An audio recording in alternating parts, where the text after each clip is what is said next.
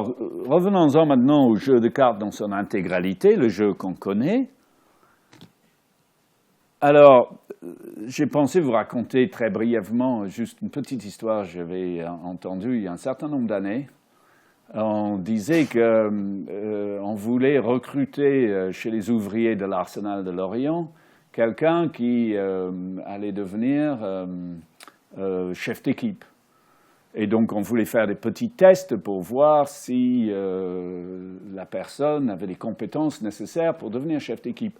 Donc, il est amené dans la salle et on lui dit « Bon, bah, écoute, on te fait quelques tests très, très simples. Est-ce que tu peux compter jusqu'à 10 ?» Il dit « Bah, bien sûr. 1, 2, 3, 4, 5, 6, 7, 8, 9, 10. » Il dit « Et tu peux continuer ?» Il dit « Oui, valet, dame, roi. » Donc, cette histoire montre qu'au fait, le système de compter jusqu'à 13, c'est un système qu'on peut intégrer assez facilement. Et je trouve quand même, comment je peux dire ça? Je trouve très intéressant dans notre société qui s'est fait une sorte d'horreur du nombre 13. Le 13 est devenu comme un nombre sinistre. Comme si ça porte malheur, on dit 13 à table, ça porte malheur, enfin, ou c'est lié à la sorcellerie, le nombre 13. Alors que, en réalité, le nombre 13 a sûrement une très très grande importance. Donc, dans le livre, j'évoque vraiment cette question parce que pour les Mayas, par exemple, le nombre 13 faisait partie de leur calendrier sacré. Leur année sacrée était composée de 20 cycles de 13 jours. Et le principe d'un calendrier basé sur 13 jours, c'est quelque chose d'intéressant. En tout cas, on a inclus dans ce système de cartes le système décimal, donc 1 à 10. Et puis, on a introduit 3 symboles supplémentaires, le valet, le dame et le roi, pour arriver à 13. Si on additionne tous les points sur les cartes, 1 plus 2 plus 3 plus 4 jusqu'à 13, le total fait 91. Alors, si on regarde notre calendrier, on sait qu'on a 365 jours dans l'année, c'est le temps que fait la Terre pour passer autour du Soleil. Et on aurait pu diviser ce temps-là de façon différente. Il y a un peuple, je crois, au nord de l'Irak, qui divise l'année en 19 mois de 19 jours, puisque 19 au carré, c'est 361. C'est juste pour dire qu'il y a différentes façons de diviser l'année. Nous, on a décidé de diviser l'année en 52 semaines. Comme le nombre de cartes, 52 cartes, nous, on a divisé en 52 semaines. Sur 52 semaines, ça fait 364 jours, donc il y a un jour en plus. C'est le joker. C'est le joker, exactement. Et donc, si on additionne tous ces points, ça fait 91. 91, c'est le nombre de jours dans une saison. C'est le quart de l'année. Et puisqu'il y a 4 familles, eh bien, en additionnant tous les points, bon, on a 364, on a le nombre de jours dans l'année. Donc, on trouve le système calendaire que nous utilisons, avec 52 semaines, représenté par le jeu de cartes. Alors, nous, on a décidé qu'il y avait 7 jours dans la semaine. Pour nous, c'est une évidence, lundi, mardi, voilà, on arrive à samedi, le lendemain, c'est dimanche, puis après, c'est lundi. Mais d'où est-ce que ça vient, ça? Pourquoi 7 jours dans une semaine? Pourquoi pas 10? Pourquoi on a choisi 7? C'est intéressant. Et donc, tous ces éléments sont liés sûrement à une connaissance à l'origine. Et ces éléments de connaissance semblent avoir aussi été inscrits dans ce jeu de cartes. Je ne vais pas en dire plus maintenant, ce n'est pas le but, c'est juste pour présenter le livre, mais dans le livre, je rentre bien plus dans ce système de nombres et le sens que peuvent avoir ces nombres. Alors là, je vous montre un schéma qui est extrait du premier livre de Guillaume sur la cartomancie des anciens mages. Donc ce symbole, ce tableau qu'il appelle l'ordre naturel des cartes vient d'Olney Richmond, l'ordre des mages, comme je disais. Et ce que l'on constate, c'est qu'Olney Richmond organise des cartes, des familles comme ça: cœur, trèfle, carreau, pique. 2, 3, 4, 5. Olney Richmond a organisé donc les cartes dans exactement le même ordre que celles que j'ai trouvées en examinant les chiffres. Donc ça, c'est aussi un élément réconfortant, puisque on aurait pu les mettre dans n'importe quel ordre, ces cartes. Vous voyez? Eh bien non. 2, 3, 4, 5. Organisées comme ça.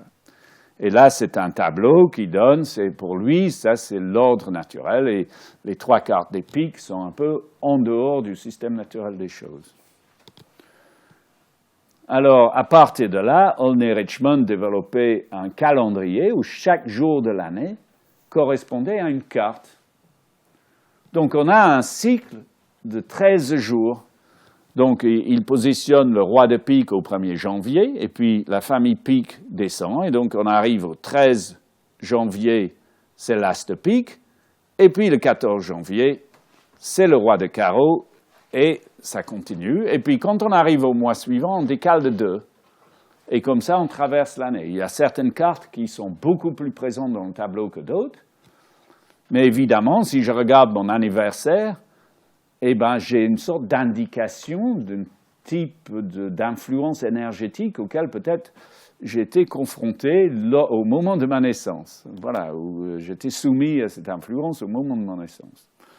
Toujours est-il que c'est tout un pan de compréhension de ces cartes liées au calendrier, et d'où la relation des cartes au temps et à la possibilité de prédire les choses. Voilà.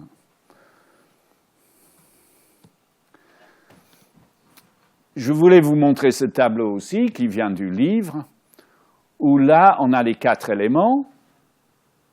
Donc, feu, air, eau et terre. Là, c'est le tableau à droite tel que ça a été présenté par Aristote, hein, qui a présenté les 4 éléments. Et donc, j'ai organisé les cartes de cette façon pour montrer comment 13 peut se rapprocher du 4. Parce que le 7, cette 7 qui a donné les 7 jours de la semaine, c'est une carte intermédiaire. Il est à mi-chemin. Si je m'arrête à 10, la carte du milieu, c'est le 5. Mais dans un système à base de 13, enfin, ce n'est pas vraiment le 5, c'est 5,5, la moitié. Dans un système à base de 13, la carte au milieu, c'est le 7. Et donc, on voit un principe où les cartes avec peu de points, la As, 2, 3, sont de faible matérialité. Donc, disons, des influences plus célestes que terrestres. Et puis, progressivement, on descend dans la matière. Le 7, lui, est en quelque sorte à cheval entre le monde du ciel et le monde de la terre. Et parfois, il a du mal à se décider. Et puis, ensuite, on a des cartes qui sont plus terre à terre, plus ancrées dans la manifestation, avec l'eau et puis la terre. C'est une façon intéressante aussi de voir l'énergie, en quelque sorte, que représentent ces cartes. Sachant, évidemment, qu'on a le principe de triade qui est donné directement par le valet, dame, roi. Ça, c'est les cartes anglaises, hein, Jack, Queen, King. Et puis le As, 2, 3, le 1, 2, 3 de la Trinité céleste. Je voulais juste vous montrer ça, c'est dans le livre. J'ai appelé ça le jeu de cartes, les cartes musicales, parce que je me suis rendu compte qu'il y avait aussi une coïncidence incroyable, c'est que sur le clavier de piano, tel qu'on a devant nous là, il y a 52 blanches. Et j'ai cherché à savoir depuis quand il y avait 52 blanches sur un piano standard. Au fait, ça date des États-Unis, de New York, dans les années 1880. Donc, à un moment où le fameux ordre des mages de Olney-Richmond battait son plein. C'est Steinway qui a introduit cette norme de 52 touches. Apparemment, l'oreille humaine, plus aiguë ou plus grave, n'arrive pas à distinguer la différence entre les notes. Il les entend, mais il ne peut pas difficilement distinguer quand c'est plus grave ou plus aigu. Il distingue difficilement les différences. Toujours est-il que du coup, en plus, ce que je constate, c'est que ces 52 touches sont composées de 7 octaves plus 3 notes. Exactement comme dans l'organisation des cartes d'Olney-Richmond, où on avait les 3 cartes au-dessus, le roi de pique, le dame de pique et le valet de pique, et les 49 autres cartes dans une sorte de carré de 7 par 7. Et donc, évidemment, en positionnant les cartes sur le piano, on a des rapports. C'est un peu complexe, je ne vais pas rentrer là-dedans maintenant parce que ce n'est pas direct, mais on a, vous voyez, des rapports, des octaves, donc des plus graves représentés par la planète Neptune, et puis Uranus, Saturne, Jupiter.